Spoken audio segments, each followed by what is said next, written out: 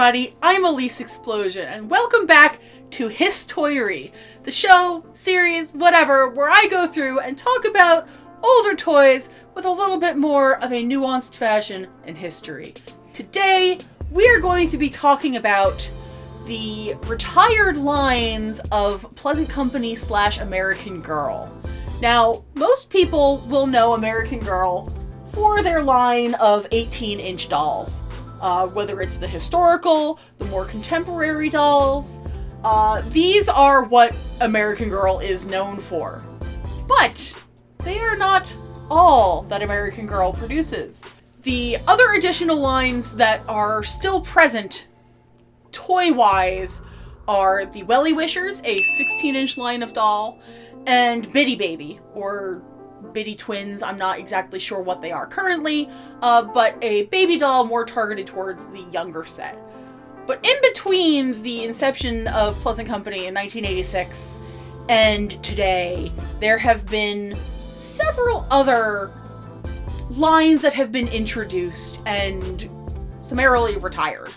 This is not going to be talking about licenses, so we're not going to be talking about Angelina Ballerina. We're not going to be talking about Amelia's Notebook. They're relevant, they're great, they're not what this is about. And I'm also not going to be talking about Miss AG Bear because I don't have a lot of information on her. That might be a later video. So to start things off, let's introduce the first line, AG Minis. The line was introduced in October 2000 and was aimed at an older audience. AG Minis was effectively a miniature room that could be decorated with accessories, furniture, working lights, and more. This was one of the last lines introduced by Pleasant Company before the acquisition by Mattel. The initial cost was extremely steep, around $178 for a complete room, around $275 today accounting for inflation. The room components typically comprised of the Illuma room, or the base display box, various pieces for organization, illumination, and protection, pets, furniture, and other room accessories, and other decorations.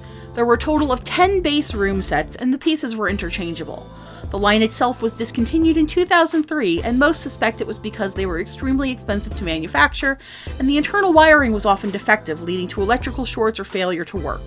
The rooms were sometimes thought to be in the scale of the mini dolls, but were not intended to directly correlate. So I actually have two of the AG Minis rooms. The first one is the loft apartment. Now these are incredibly incomplete, but you can see kind of what they were going for. These were like rooms, the walls were magnetic, so you can take these out and stick them back on magnet-wise. The molding comes off. It's all interchangeable, and in the floor you can see there are ports for electric lights. Now these are untested. I do not have the electric components. I do not have any lights for them. They came as is, 2 for $40 from a friend of mine who found them on her local buy-sell trade page. And you can see on the back they are labeled as AG Minis. These are extremely heavy. I don't know if I would have paid $178 for a complete set back in the day. Obviously, as you guys saw in the B-roll before, they were a lot more decorated. They had a lot more components to them than what we have available here. That's the first one, and you can kind of see up in the ceiling there are tracks where you can put the lights or the ceiling fans or whatever. So the second room I have is the horse stable. This kind of got buffed up in transit, but there's like the hose that's still, and it's all magnets. These very heavy. Like I cannot express how heavy these little rooms are. They were definitely meant purely for display and decoration. They remind me of CRTVs. Yeah, they're about the same size and weight as a comparable CRTV. So this is like the little barn window in the back, and it opens. There's screen. They are extremely, extremely detailed, and for someone that liked miniatures, this would have been cool as hell. But as you can see, 20 years later, they have not really stood the test of time. These were often thought to be to scale with the mini dolls, I don't have any of them, so I can't really compare, but I don't think that they are. They're very heavy, and they were definitely meant as glorified decoration. They're lovely, they are so intricate, but I definitely can see that the practicality of them were not really going to stick. Like, if you're trying to target 10 to 12-year-olds with these, you're gonna run out of room real fast. Like, I can't think of any child that would have wanted a miniature room over a television to take up the same amount of space in their room. They're cool, but useless. The next line that I will be covering are the Girls of Many Lands. Available from 2002 to 2005, The Girls of Many Lands were a series of 8 books with corresponding dolls, and much like the AG Minis, were aimed at an older demographic than the AG historical dolls. The characters in the books were 12 to American Girls 10. Prices range from $48 to $54 per doll, between $70 and $80 today. Less expensive than an 18-inch doll, and came with a stand. No additional clothing was sold for this line, as the outfits were considered to be non-removable. There was a focus on the collection and display of these dolls, being sold alongside display cases and shelves. After the first 2 years, prices on the dolls were halved, and the line was discontinued in 2005. No formal reason was given for its termination, but popular theories lean towards the line being a financial loss. The initial cost of the dolls was steep, and the popular pervasive notion that dolls are immature may have meant that the target demographic was not interested. So, I obtained 4 of the Girls of Many Lands dolls. I picked them up from a seller on Mercari, who honestly got them to me for a steal. So I'm going to be discussing these gals in chronological order. The first one is Isabel Campion of Tudor England, and I cannot stress the level of detail on these dolls. The braiding of the trim, there's the little, like, these are plastic, but they definitely feel like there's a little key, a little mirror, it's all attached to like a belt. She has a snood that is definitely like crocheted almost. And just like little details of the jewelry, the earrings, the lace, the brocade on the bodice, the way that the skirt is elevated in the back. I don't think it's out to the hips. Yeah, too. It's all the way around. It's rounded, and I believe these were hand painted. Next up, we have this is Cecile Revel, which is actually the second doll named Cecile in American Girl history. Now, she is from Louis XIV era France. You can see that the ringlet curls are still intact. The hairstyle is very accurate from what I've been able to parse out. The embroidery, the beading, I'm not huge on their faces. Their faces are a little dour looking. They don't look particularly happy, which is what I think American Girl has going for it over any of the others. But just the intricate beading, the intricate details, the little jewelry. She has a bracelet on that we'll get close-ups of. There's a cameo on the bracelet itself, and it looks like an actual, like, it's not carved, it's like assembled. It is beautiful, beautiful, beautiful. 1711, France. I think all 4 of the girls still have their tags on them as well. So I got all 4 of them for $90, which is incredible, especially in this condition. I definitely feel like these came from a collector's home. The next doll I have is Minook, and she is from 1890s Alaska, and she is incredible. Yeah, so she has individually beaded earrings. Her hair is in twin braids in the front, and I don't think this is real fur. Her furs and her winter wear is beautifully done. Like, there's very little, like, the details, like, you can see the stitching along certain parts, and there's like visible stitches on the back. I'm sure you can take her hood down. I'm not going to. She's probably my favorite and the one that I was most excited to find on the secondhand market. And last we have Neela Sen, and she is from 1939 British occupied India. She's the only one that has a little bit of wear to her. Looks like her braid slightly came out a little bit in the back, but it doesn't look bad at all. Her sari is stunning. The little embroidered details along the edges are just unbelievable. And the gold jewelry, the flower in her hair. The sari itself is comprised of several different fabrics, and it's beautiful. The jewelry itself is real metal, which is really great.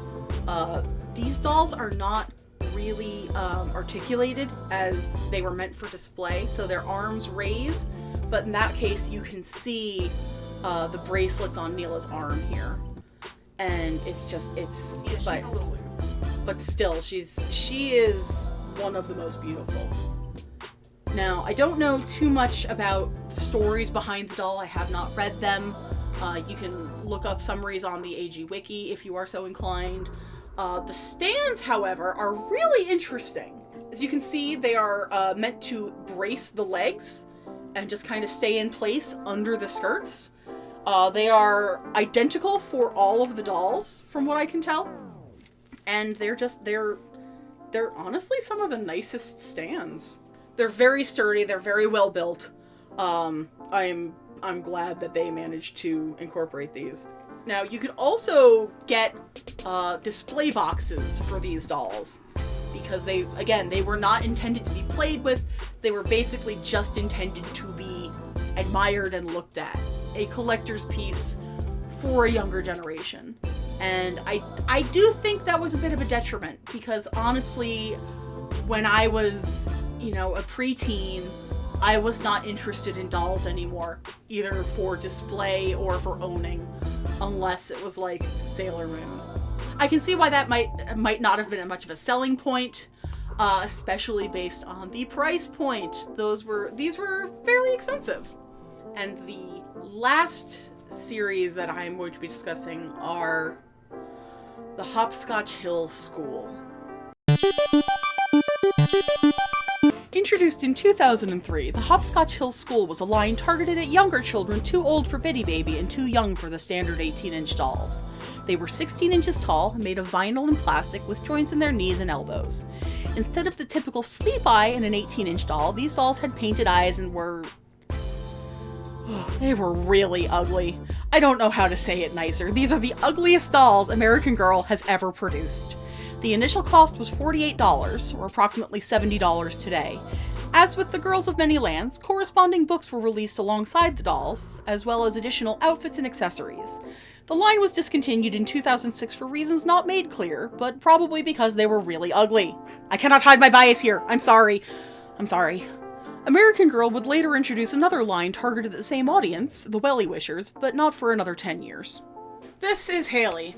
I really cannot stress how ugly I find these dolls.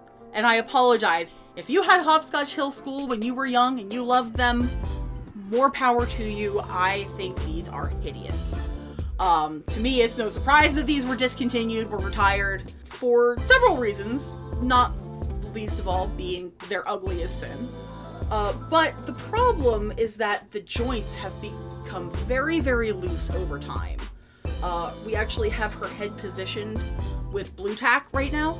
The worst thing is that the dolls are not indicative of the characters from the illustrations. The illustrated characters were so much cuter, so much friendlier. The books also were written by Valerie Tripp, who is known, I think, predominantly for Samantha's stories. Maybe somebody else's. If it's somebody else's, I'll pop them in down below. But definitely Samantha's were written, at least initially, by Valerie Tripp. The dolls have not held up well over the years. They're very loose-limbed, as you can see. The joints have not held up. The reason her head is not flopping all over the place is because we have it positioned with a piece of blue tack.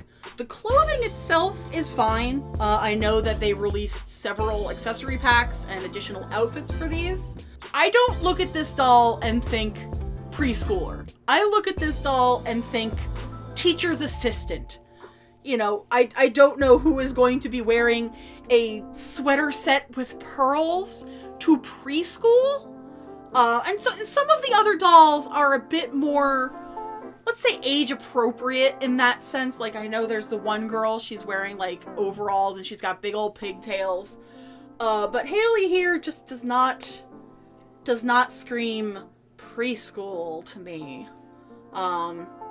And also every single one of these dolls looks like they just made a massive fart and everybody else is starting to smell it. Like, I'm sorry. If you guys are Hopscotch Hill School fans, I'm sorry. Who hurt you? These are terrible. Right now. These are terrible dolls, and I can see why, in that sense, the Welly Wishers replaced them, because the Welly Wishers are a lot more tonally appropriate for that age range. So that is going to be it for this particular episode of HisTOYry. If you have any questions, if you would like any more information on things that I might not have gone into, I highly recommend you check out the American Girl Wiki. It is meticulously maintained. I got much of this information from there. Thank you to everybody editing the wiki. Y'all are great. Thank you all so much for liking, commenting, and subscribing. If you are interested in more videos, more HisTOYries, I've got a few more, and I'll link one at the end of this video. If you would like to support these type of videos, I have a Patreon. That's patreon.com/Elyse Explosion. I do a lot of like behind the scenes info, polls, videos, just, you know, things to get involved. And if you're interested in more HisTOYries, Patreon proceeds will go directly to supporting them. Click the little bell, because if you want to stay in the know, the bell's the way to go. Thank you so much, and I'll see you in the next video. Later!